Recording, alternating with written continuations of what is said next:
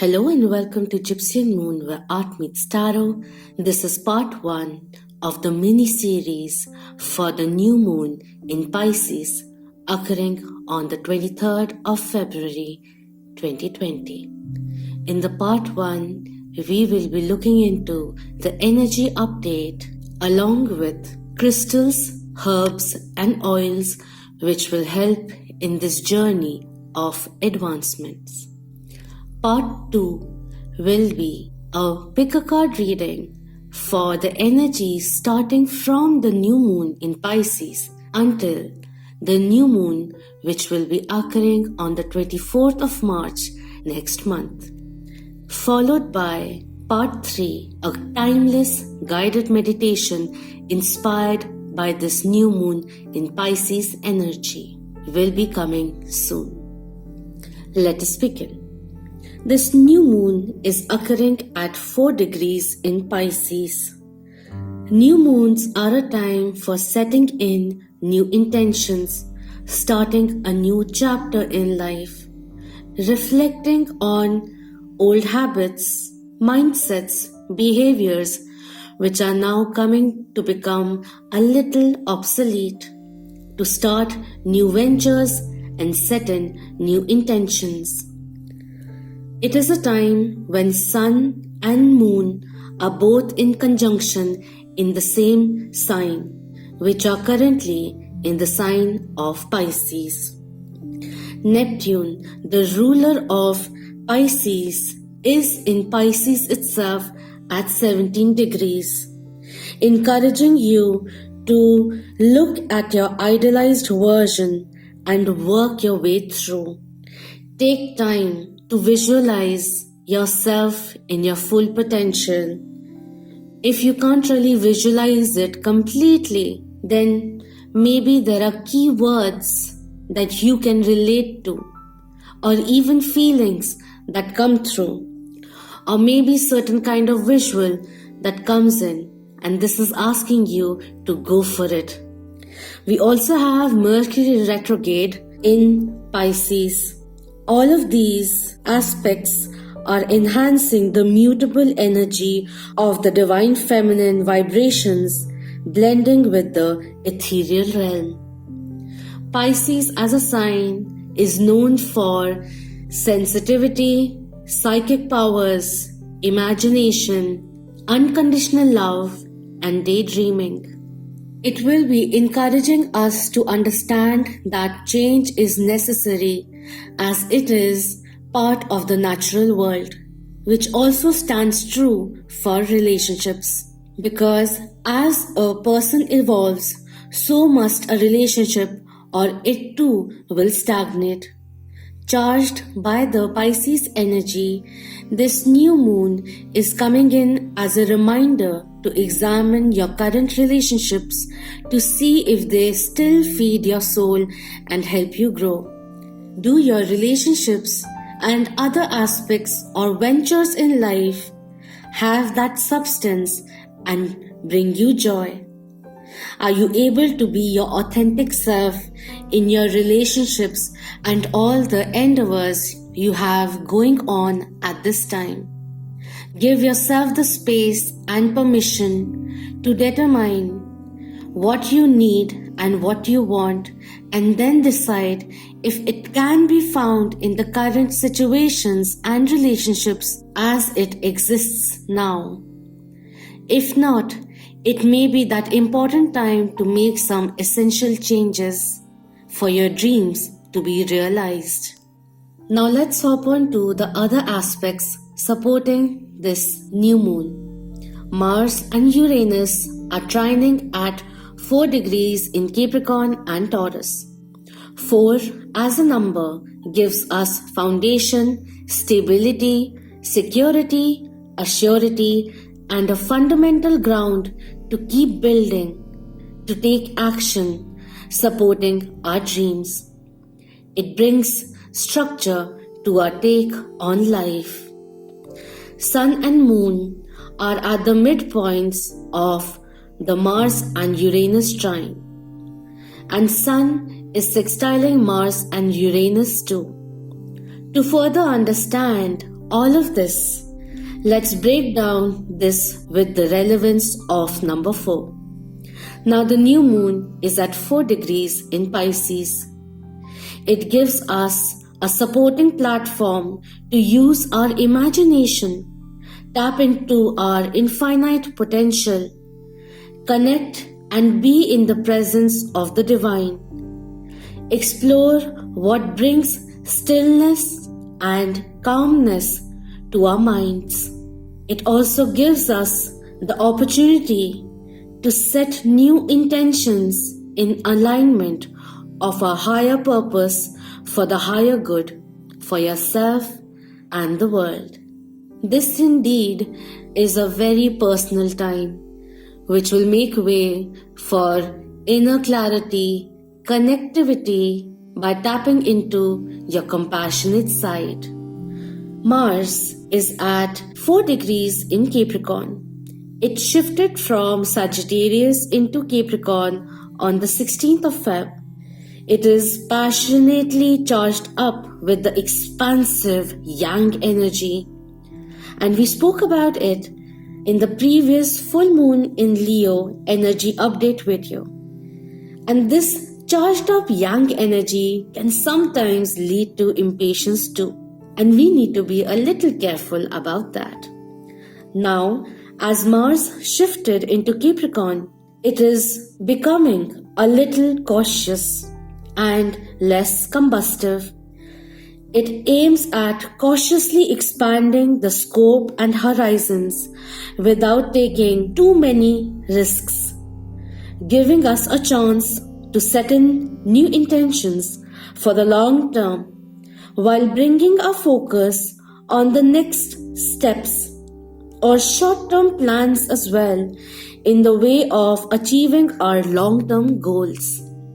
Thirdly, Uranus is at 4 degrees in Taurus, which brings transformational energy to our lives to make us see what needs to go, what's standing in our way from our family relationships and goals.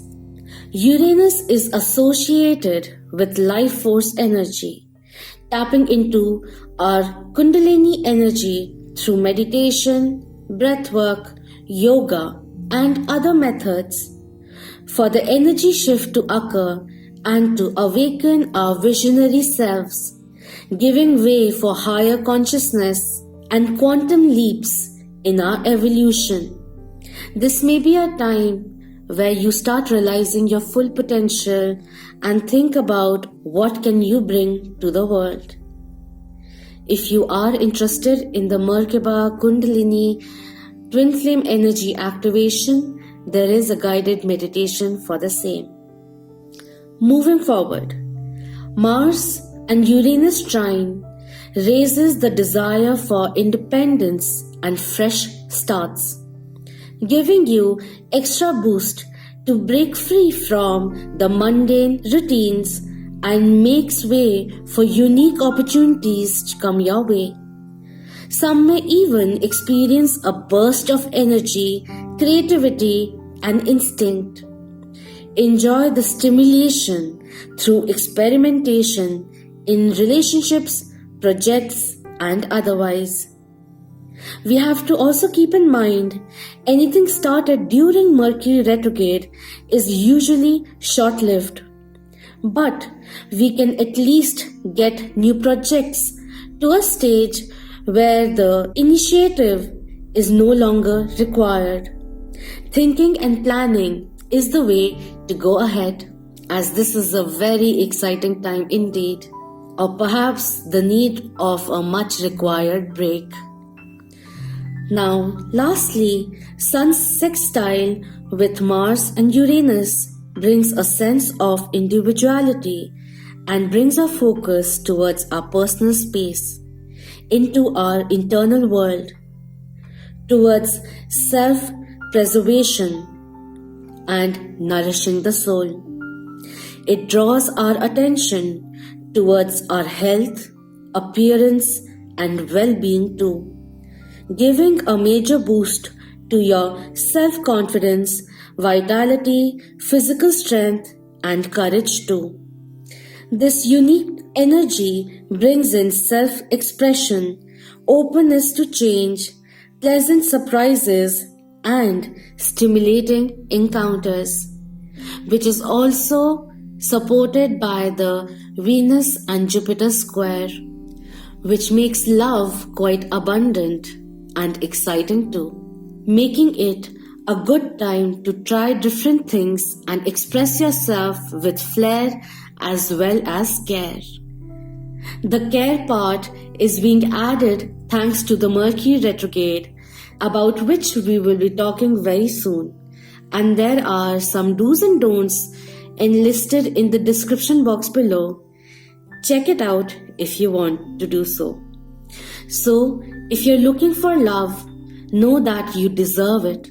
Step out and socialize if you've kept yourself locked up for a while. If you've been thinking of getting fit, hit the gym. Go for a walk. You may even think of changing your diet or even start eating something organic. If you've been feeling stressed out, free your schedule, retreat from the society for a bit, meditate, do some breath work, listen to instrumental music, cook for yourself, do something that makes you happy. Take out time for yourself.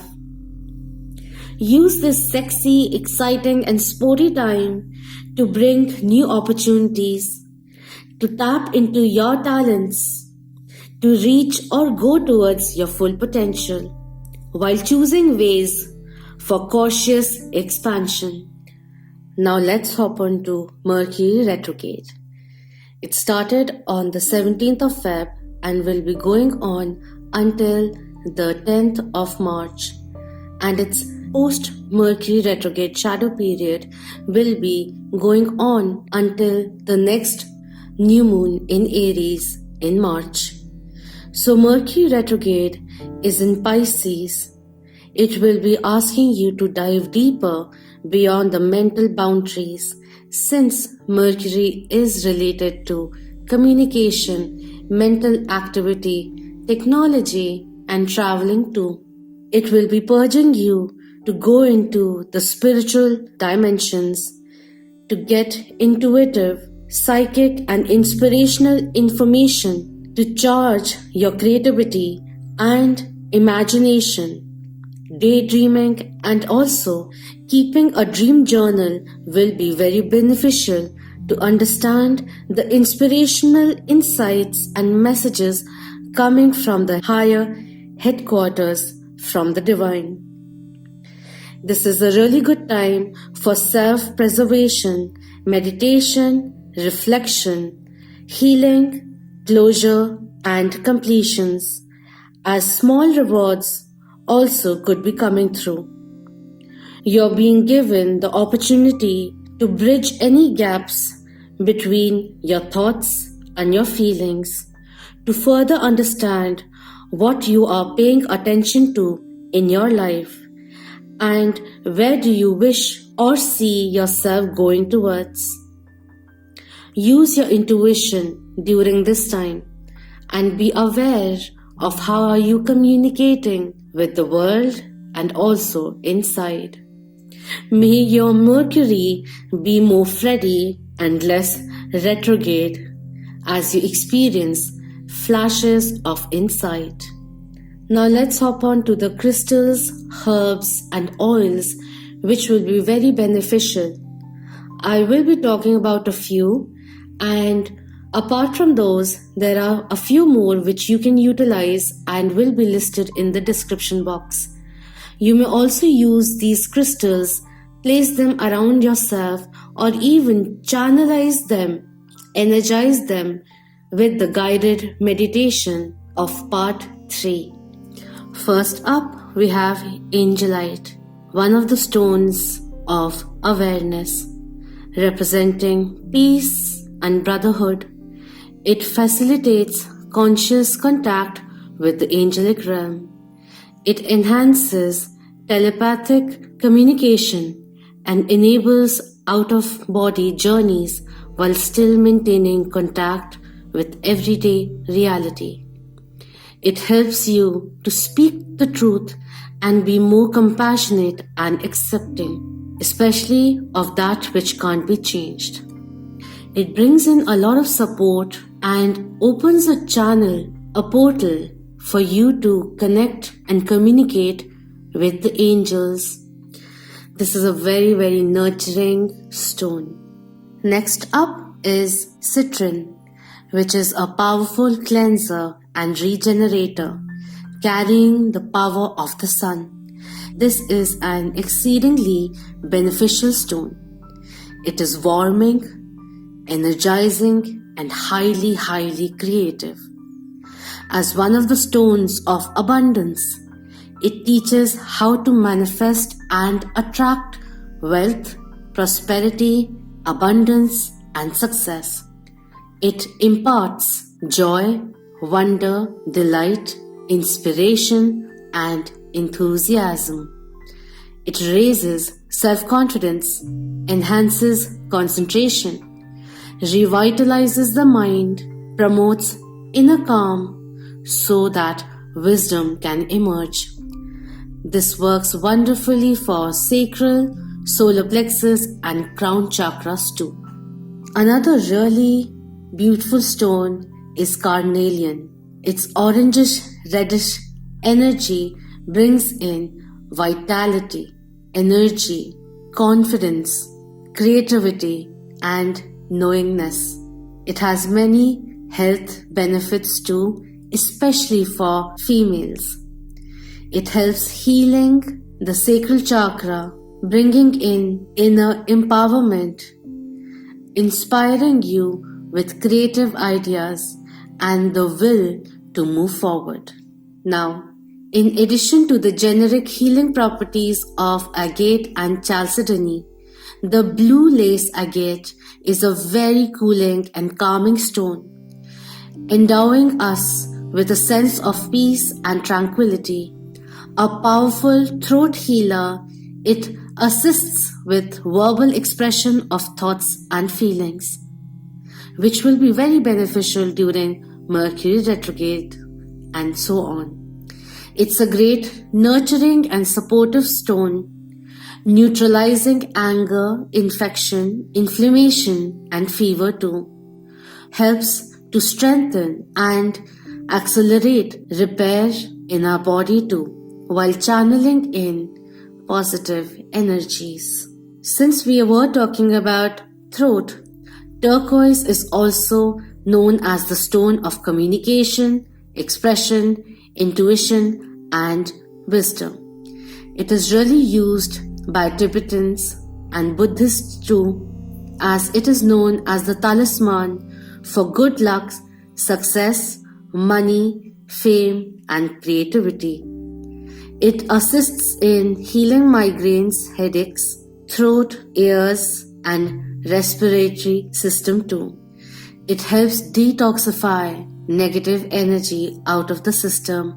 Like the blue lace agate, it helps calm the mind, nerves, and eases depression. It helps, really helps in public speaking, fear of flying, and enhances the physical and psychic immune system. Another very effective stone is hematite, which is chromish in color. While it helps us in realigning our thoughts, it is connected with mind activation. It is also very good for the heart, as it regulates blood circulation. Apart from that, while it is really good for releasing anger, hematite realigns our neurological system not only in the physical realm but also in the ethereal realm. This is a very high vibrational stone and brings awareness to our subconscious and activates our conscience too. One more very beautiful stone is selenite, which has very fine vibration and brings clarity of mind, opening the crown and higher crown chakras and accessing angelic consciousness and higher guidance. It instills deep peace and is excellent for meditation or even spiritual work. Telepathy is enhanced by each person holding a piece of pure vibration selenite. It can be used as a protective grid around the house, creating safe and quiet space that does not allow outside influences. Giving further protection is black tourmaline, which helps not only protecting you from negative energy but also transmuting the negative energy into positive energy around you and creates a very secure energy field around your house or even the person wearing this stone. So it is a very good stone for protection from negative energies or entities, especially if you have been feeling heavy energetically. For heart chakra, amazonite, rhodonite, chrysocolla, malachite will be very, very beneficial for you. For enhancing intuition, clearing energy, moonstone, amethyst and clear quartz will be very, very good. So is smithsonite along with labradorite. It helps in tapping into your psychic abilities and to connect with higher realms.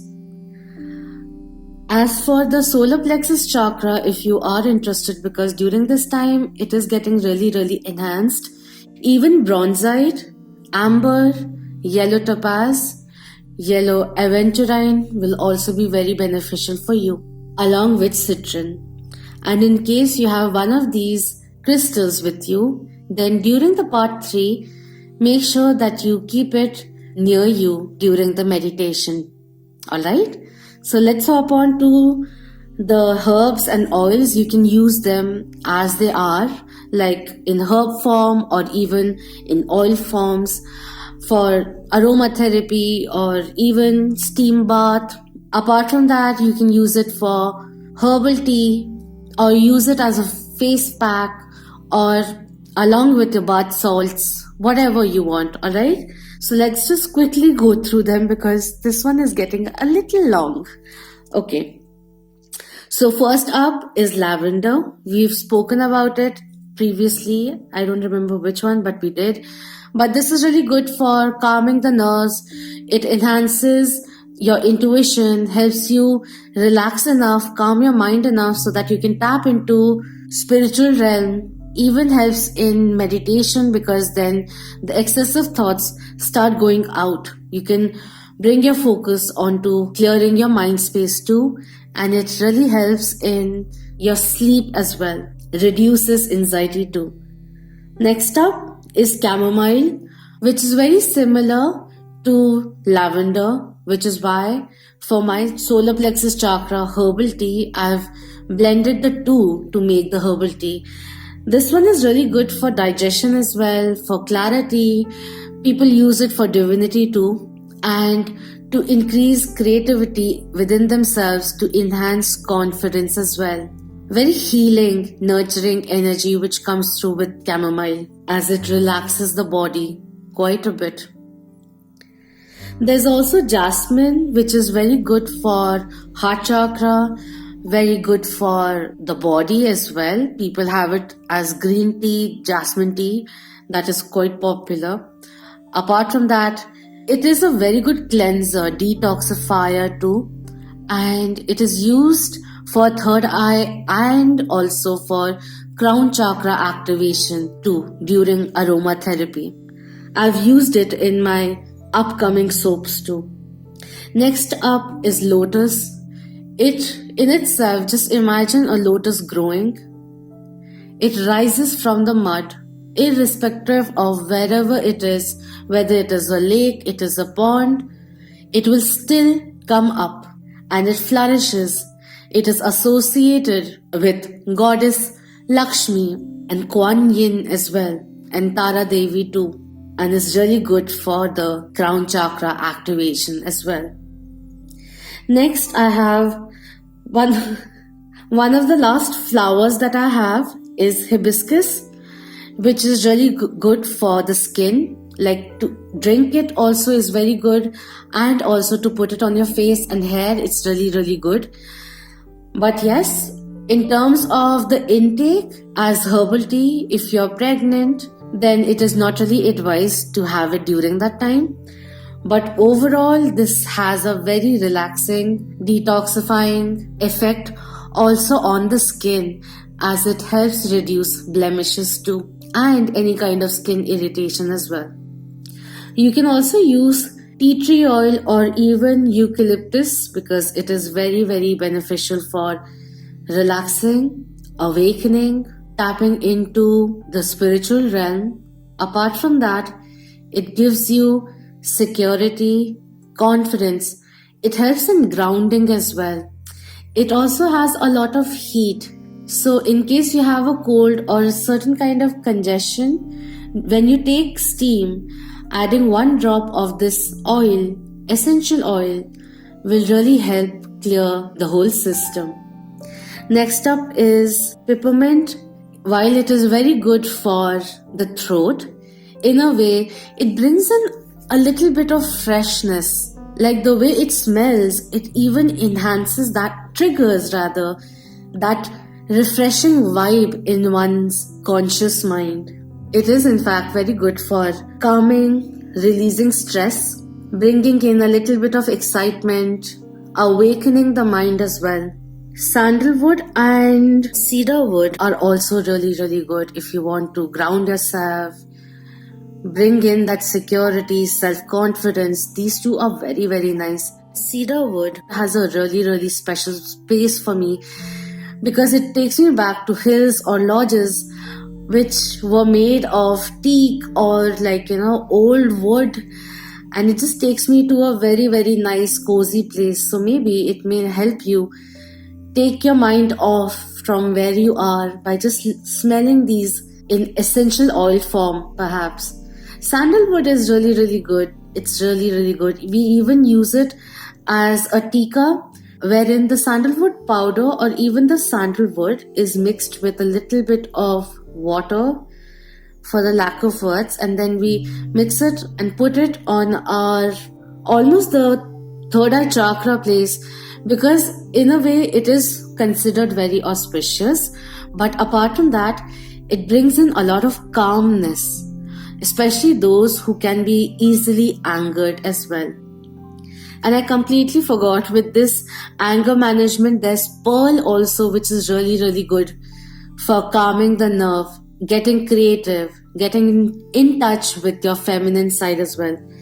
To cleanse any kind of negative energy, sage, white sage, Californian sage is very good to remove negative energy or any kind of stagnant energy upon your own self through smudging, or even through spreading the smoke around your house. It is also antibacterial too and helps in cleansing.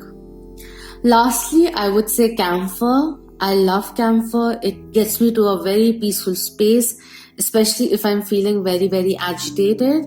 I just light one up.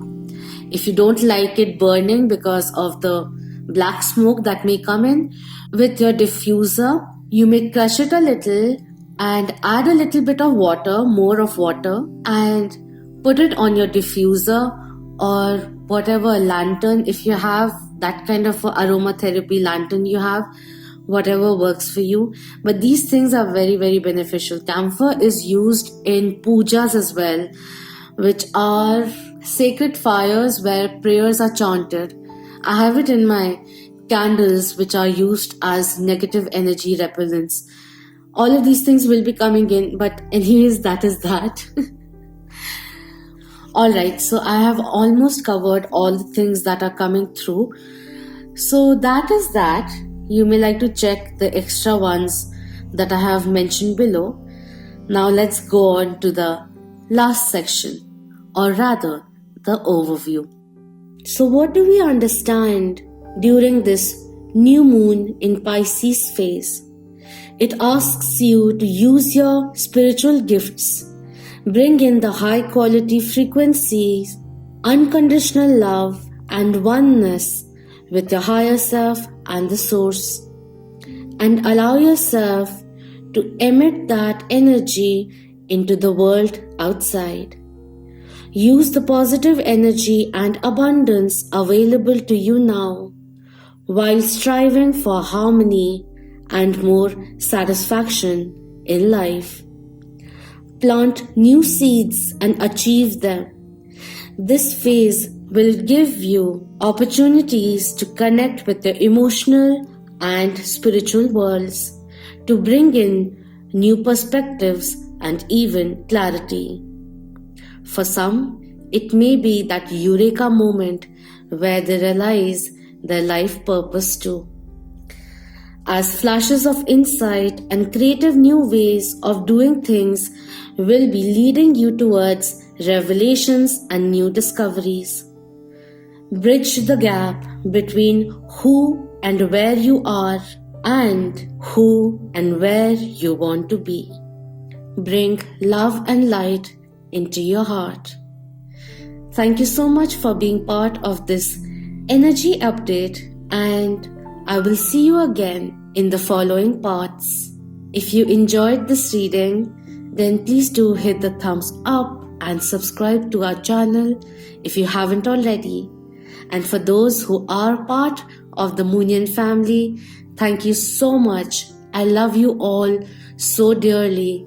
You all have a very, very special space in my heart. Thank you for playing your part.